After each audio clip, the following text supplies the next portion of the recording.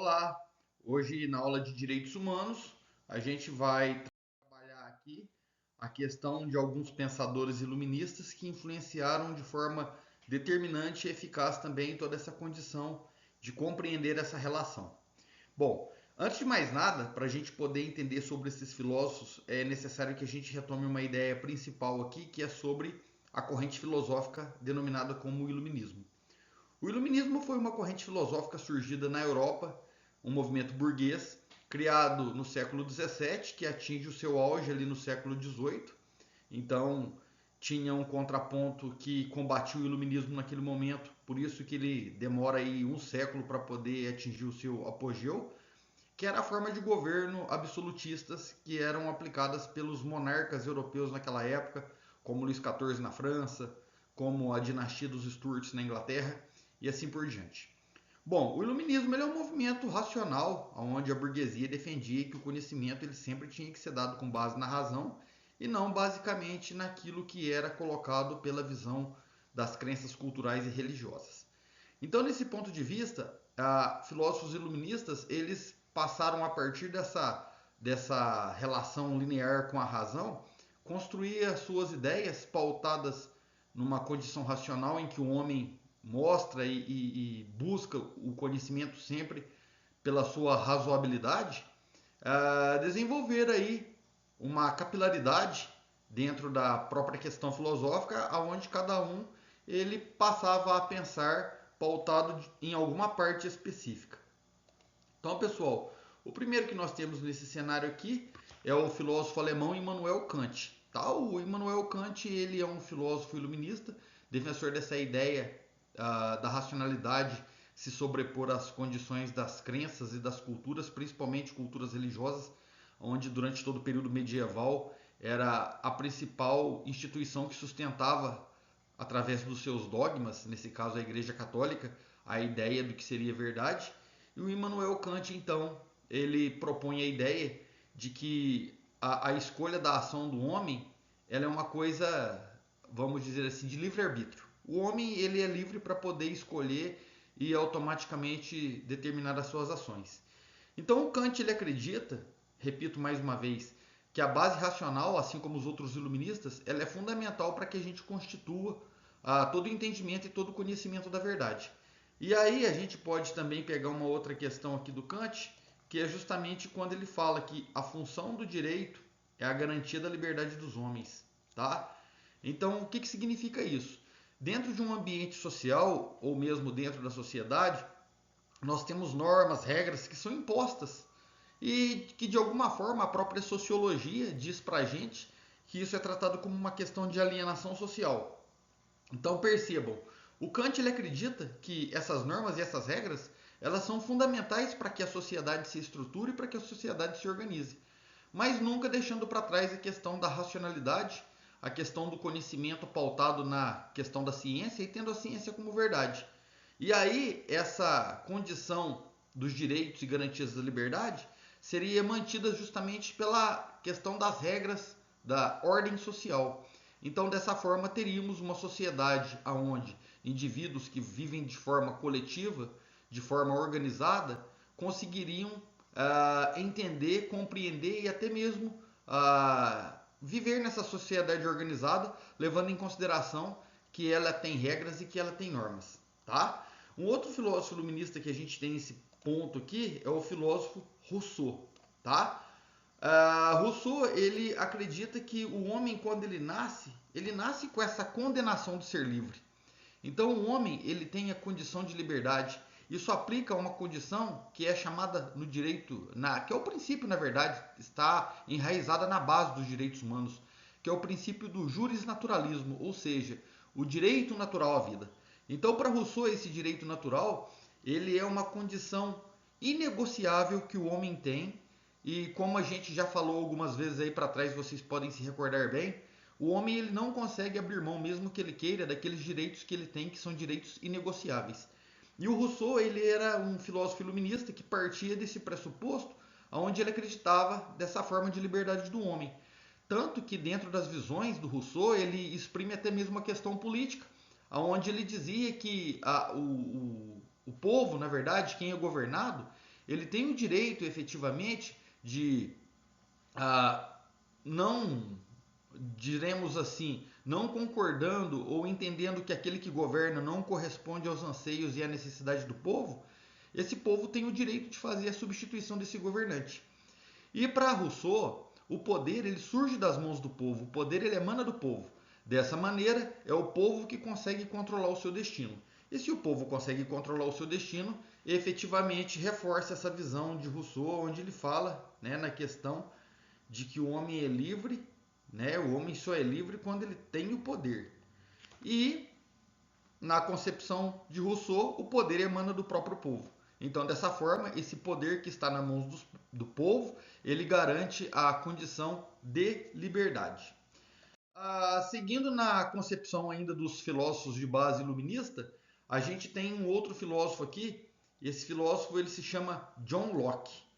John Locke, ele, ao contrário de Rousseau, apesar de ambos pertencerem à linha iluminista, a linha que defende a razão como primazia para o conhecimento, o Locke ele se diferenciava do Rousseau num ponto.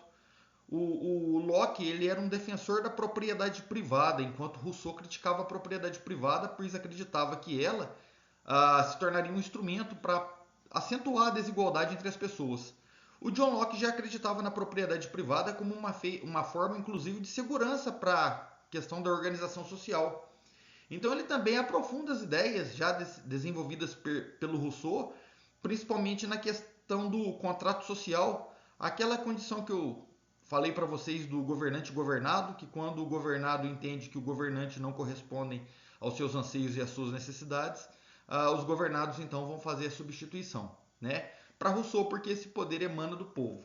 E pro Locke, exatamente por essa condição de que o ser humano ele tem que ter no Estado a condição de que o Estado garanta para ele os seus direitos, né? Então, para Locke, a existência do Estado só é justificada porque é o Estado que garante os direitos dos seres humanos. E como o Estado faz essa garantia de direito, a gente vai ter um entendimento que as pessoas elas vão passar a viver de uma forma organizada, em uma sociedade orgânica, e que essas normas e essas regras do Estado, que são constituídas pelo Estado, fazem com que essa sociedade ela se organize. E aí, dentro disso, dentro dessa linha de raciocínio, a gente mais uma vez entende essa questão, né, onde ele coloca que é função e dever do Estado garantir todos os direitos dos seres humanos. E isso é um pilar fundamental que contribui muito na construção, principalmente na base ideológica, na base das convicções daquilo que constrói os direitos humanos, tá? Nós temos também aqui ainda dentro dessa base filosófica o Engels, tá? Que constitui uma ideia onde a sociedade civil, elas, vamos dizer assim, elas devem funcionar, elas devem existir na sociedade exatamente como sendo aquela estrutura fundamental. Então, a condição da família numa sociedade é como é colocado pela própria sociologia como célula máter da sociedade, ou seja, a sociedade nasce a partir da família. Então Engels defende essa ideia e ele acredita que a sociedade civil e essa família como um todo, elas existem com as suas regras e normas de convivência. Então, como elas têm essas regras e normas de convivência, isso dá uma condição para a estruturação da ideia de vida, da ideia de segurança, em que essas instituições elas têm e resguardam os seus membros para a existência de uma sociedade plena e funcional, vamos dizer assim, tá? Depois a gente passa para um outro filósofo chamado Thomas Hobbes, tá? O Thomas Hobbes, diferentemente dos filósofos iluministas, Thomas Hobbes era um filósofo que defendia um sistema de poder diferentemente daquilo que os iluministas diziam. Os iluministas defendiam um governo na qual o poder ele não fica concentrado na mão de uma única pessoa. Inclusive a gente tem um filósofo iluminista aí, o Montesquieu, que fala na chamada tripartição dos poderes. Mas enfim, o iluminismo ele vai de forma antagônica ao absolutismo. E o Thomas Hobbes era um defensor dessa política absolutista. O que o Thomas Hobbes ele defendia? Ele defendia um governo que tivesse poder concentrado em suas mãos, porque por uma condição de entendimento, o Thomas Hobbes, em sua obra chamada Leviatã, ele acredita que o homem, a partir do momento em que ele vai amadurecendo, ele deixa a sua fase infantil para trás e ele se inteira de uma maneira madura na sociedade, ele acaba sendo corrompida por essa sociedade que já está impregnada de alguns vícios, como a mentira, como a desonestidade, como a demagogia. Então essa pessoa também, essa criança que foi amadurecendo e se tornou um indivíduo já adulto na sociedade, ela acaba sendo corrompida por essas questões. E aí a sociedade, na verdade, ela vai estar aí condenada a se autodestruir. E o Hobbes acreditava que para poder evitar essa condição e principalmente para que a sociedade não se autodestrua, era necessário que tivesse um governo com o poder concentrado em suas mãos para evitar essa autodestruição. Então, o Thomas Hobbes ele explica isso daí através de uma frase que está lá nessa obra dele chamada Leviatã, onde ele fala que o homem é o lobo do homem. Ou seja, se não tiver um governo forte com poder centralizado em suas mãos, a sociedade está condenada à sua autodestruição. E aí o Hobbes, então, através dessa ideia, justamente, ele justifica o que está aqui. Ó. O indivíduo ele abre mão dos seus direitos em prol de um governo que vai ser forte e centralizador para evitar essa autodestruição da sociedade. Tá? E aí, no caso, direitos como o direito de escolher o governante, tá? As garantias individuais, todas essas garantias, as pessoas que vivessem em uma sociedade autoritária, elas abririam mão desses direitos para que tivesse um governo forte e centralizador. Bom, seguindo dentro dessa linha, nós chegamos a mais dois filósofos, tá? E esses dois filósofos também, eles fogem um pouco da visão iluminista, apesar de acreditarem na ciência como base de conhecimento, mas eles vão por um outro caminho, onde eles fazem uma análise diferentemente, que eles pegam a questão da sociedade, tá? Marx e Engels, dentro da concepção da ideia de sociedade, eles acreditam que dentro da sociedade o que existe, na verdade, é um grande conflito estipulado por dois grupos, aqueles que dominam e aqueles que são dominados. Então Marx e Engels acreditam que na sociedade os dominantes são as pessoas que têm o poder, que têm as terras, que controlam os chamados modos de produção. E com isso eles sempre serão ricos. E as pessoas que efetivamente estão do outro lado são aquelas denominadas por eles como dominados e que a única chance de sobrevivência que eles têm é vender a sua força de trabalho, porque não resta para eles nenhum tipo de riqueza. São apenas trabalhadores, são apenas como eles mesmos designam, né, na sua filosofia, grupos dominados.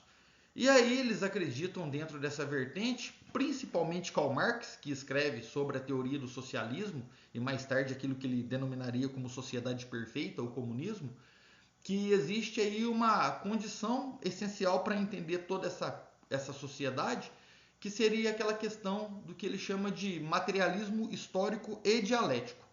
E nesse materialismo histórico e dialético, a gente tem uma divisão na qual o Marx chama isso de infraestrutura, superestrutura, e nós temos também a mais-valia. Como a gente está falando da questão dos conflitos sociais aqui na concepção marxista, as ideias dos conflitos sociais elas têm como base, segundo Marx, uma revolução na qual os operários, para poder ter uma chance de sobrevivência, teriam que tomar o poder dos dominantes através de uma revolução armada.